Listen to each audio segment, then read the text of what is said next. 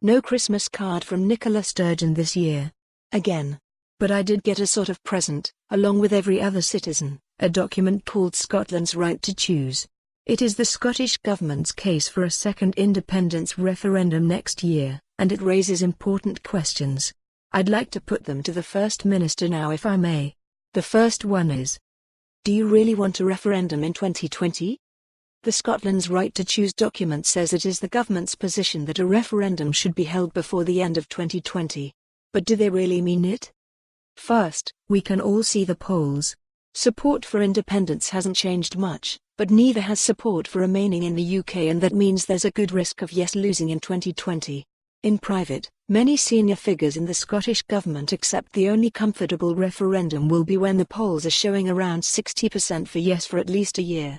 And many unionists would agree with that. 60% would be a settled will, 50-50 is not.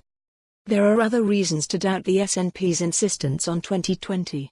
We know some of their strategists think allowing Brexit to bite for a few years could drive middle-class Remainers to yes. We also know the FM is asking for a 2020 referendum, under pressure from her evangelical wing, in the knowledge a Tory no will be sent up from London, England, and in the hope a Tory no will build resentment in time for a referendum she has a better chance of winning. Question 2. Do you honestly think the election result is a mandate for the referendum? Here is what Scotland's Right to Choose says about the SNP's mandate. The people of Scotland have voted on manifestos containing pledges on an independence referendum, and have elected a Scottish Parliament where a majority of the MSPs support such a referendum. It also says the current mandate was reinforced by the recent general election. But is anyone buying that, particularly from a party that has always objected to the flaws in the UK's electoral system? The Scottish Government says that for 40 of the 74 years since 1945, Scotland has been ruled by governments elected by fewer than half of Scottish constituencies. True. But you could just as easily say Scotland is ruled by an SNP government that's supported by less than half the Scottish electorate.